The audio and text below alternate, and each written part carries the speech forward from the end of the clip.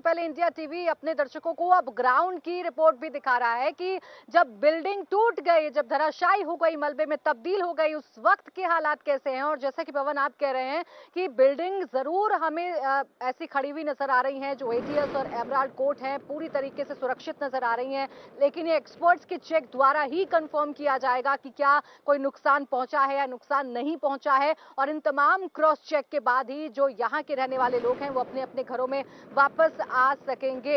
ये जरूर कहा जा सकता है पवन, जैसा कि आप दिखा रहे हैं। सौरभ भी हमारे साथ मौजूद हैं। सौरभ,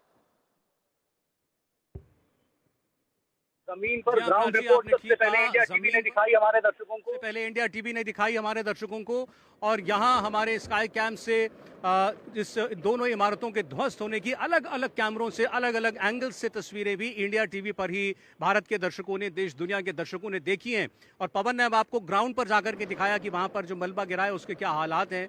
और जो बात हम कह रहे हैं आपसे पहले, इसी बात की तफ्तीश हो रही है कि कहीं कोई लाइव एक्सप्लोसिव मौजूद ना हो। एक बार वो रूल आउट हो जाएगा, उसके बाद फिर आगे काम किया जाएगा। जो रेजिडेंट वेलफेयर सोसाइटीज़ हैं उनके कुछ नुमाइंदे यहाँ पर आए, पवन ने बताया, देखने के लिए, जायज़ा लेने के लिए। अभी उनसे हम बात करने की, उनसे भी हम कोशिश करेंगे। अब धीरे धीरे सड़कों की सफाई जो है शुरू हो चुकी है। जो इस सड़क का पहला स्ट्रेच है, सुपरटेक के सामने की सड़क का आधे स्ट्रेच पर पानी डाला जा चुका है। और मेन जो जिस बैरिकेडेड एरिया है वहाँ पर अभी बहुत ज़्यादा कार्रवाई नहीं हुई है। अंदर एडिफिस की टीमें गई हुई हैं। एडिफिस वो कंपनी जिसने इस डिमोलिशन को अंजाम दिया, साथ साथ एनडीआरएफ की टीम मौजूद है। लगता नहीं कि उनकी ज़रूरत पड़ेगी इसमें। हालांकि मलबा उठाना एक बहुत अपने आप में ये भी बड़ा टेक्निकल काम है। इसमें जितनी एजेंसियों का साथ आपको मिल सके वो अच्छा है। ये देखिए, एक तस्वीर ये देखिए कैसे यहाँ पर पानी की बौछार करके पेड़ों के ऊपर से धूल हटाई जा रही है। आपको तस्वीरें दिख रही होंगी, पानी की बौछार की जा रही है टैंकर से आसपास के पेड़ों के ऊपर। ये देखिए, पार्क के अंदर पानी फेंका जा रहा है कि जो भी धूल जमा है पेड़ों के ऊपर वो वहाँ से उतर सके, ताकि ये जो डस्ट पोल्यूशन है, जो डस्ट है, इससे यहाँ रहने वाले लोगों को नुकसान ना हो। क्योंकि कभी भी हवा चलेगी ये डस्ट फिर उड़ेगी, इसीलिए इसे पानी के ज़रिए सेटल किया जा रहा है। पानी की बौछार की जा रही है। ये अभी उस पार्क की तरफ है, लेकिन अभी इधर जो जहाँ पर ये मलबा पड़ा है वहाँ पर अभी ऐसी कोई कार्रवाई होती हुई हमें दिखाई नहीं दे रही है। यहाँ पर अभी भी इंस्पेक्शन का काम जारी है। और सबसे बड़ा सवाल यही है कि ये कम से कम 4 मंजिला जो ये 4-5 मंजिला जो मलबा है, इसको कैसे हटाया जाएगा। इसने कहीं इमारतों की एंट्रेंस तो ब्लॉक नहीं की है, इससे कहीं सामने की दीवारों को थोड़ा ही सही कहीं कोई नुकसान तो नहीं पहुंचा है। ये अंदर पहुंची टीमें ही इसका अंदाज़ा लगा पाएंगी। और उसके बाद जो लोग यहाँ लौटेंगे उन्हें पता चलेगा कि वो कब तक नॉर्मलसी के साथ अपनी ज़िंदगी जी पाएंगे। अंदर अगर आप देख पाएं, क्योंकि इमारतों के बीच में से छोटी छोटी पॉकेट्स में जगह दिख रही है हमें, तो बहुत ही धूल मलबा जो है वो अंदर गिरा हुआ दिखाई दे रहा है, दूर तक एटीएस के अंदर भी और उधर सुपरटेक के अंदर भी। तो मलबा और धूल पूरी तरीके से इन सोसाइटियों के अंदर जो है वो छाया हुआ है, जिसकी सफाई करने में अभी काफ़ी वक्त लगेगा, साफ करने में इसको बहुत वक्त लगेगा। लेकिन शुरुआत हो चुकी है, पहले सड़कों पर पानी डालकर और अब पेड़ों पर पानी डालकर वहाँ से मिट्टी हटाने की। प्राची। बिल्कुल बिल्कुल सौरभ, जिस तरीके से आप बता रहे हैं ये तमाम चीजें जो हैं इस वक्त ग्राउंड पर चल रही हैं और वो तस्वीरें भी लगातार देख रहे हैं।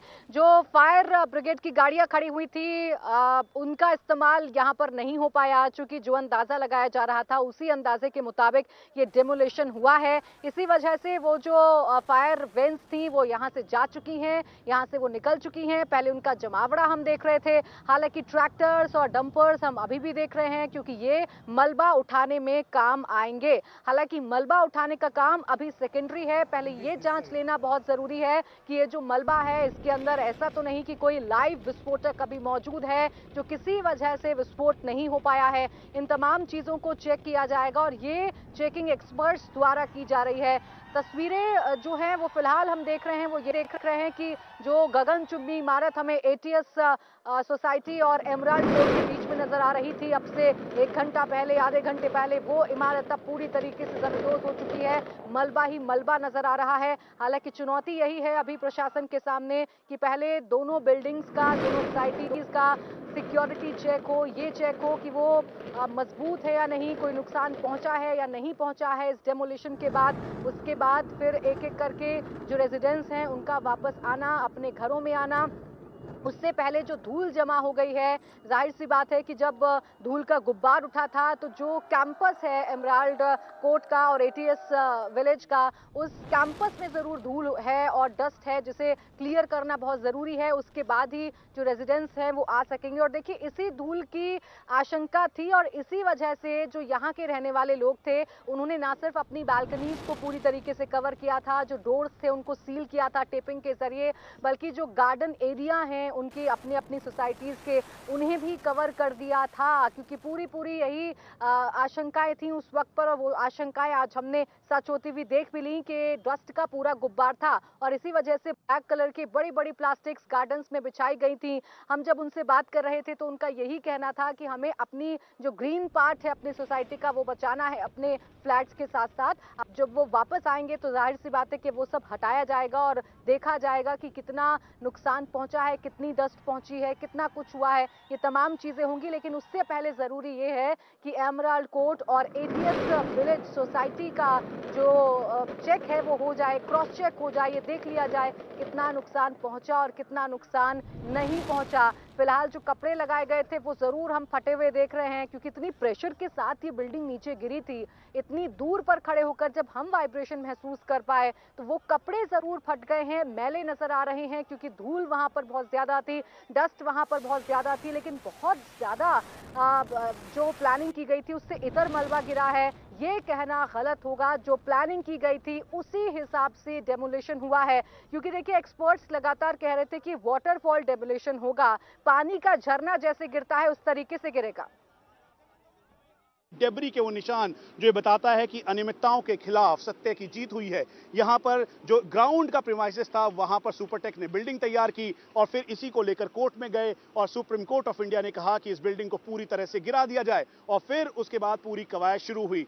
3 महीने का लंबा इंतजार और फिर जाकर अब ये बिल्डिंग ध्वस्त हो चुकी है। ये वो उस कंपनी के लोग हैं जो कि यहाँ पर पोस्ट एनालिसिस करने के लिए आए हैं। चारों तरफ यहाँ पर जो मलबा है वो देख रहे हैं, साथ में ठीक आगे जो इस समय सीनियर ऑफिशियल्स हैं इस कंपनी के, वो साथ में जेट कंपनी के सीनियर ऑफिशियल सभी मौजूद हैं। चारों तरफ मलबा देखिए, दूसरी तरफ सुपरटेक और एटीएस का एक और बिल्डिंग है, उस बिल्डिंग में भी पूरा कपड़ा लगाया हुआ था और उसके बावजूद भी ये सिचुएशन को कंट्रोल करने की कोशिश की गई थी। एक बार फिर से उस डेबरी की तरफ देखें जहां पर पूरा मलबा है, जो पिलर्स हैं वो साफ दिखाई दे रहे हैं कि पिलर्स गिर गए हैं और पूरी तरह से तबाही के साथ वो पिलर्स गिरते हुए नीचे की तरफ आए। और ये इस समय यहां पर पोस्ट ब्लास्ट एनालिसिस किया जा रहा है, यानी कोई चार्ज यहां पर मौजूद है या नहीं। हम आपको ये भी बता दें कि चारों तरफ जो एरिया है उसको खाली करवाया गया। अब जो यहाँ की सीईओ हैं उनके मुताबिक करीबन 6:30 पर जैसे ही कंपनी ये क्लियरेंस देगी उसके बाद यहाँ पर उनको जाने की यहाँ के रेसिडेंट्स को अनुमति होगी। एक तरफ जहाँ पे ये सुपरटेक की ये इमारत है जहाँ पर चारों तरफ जो लोगों के घर थे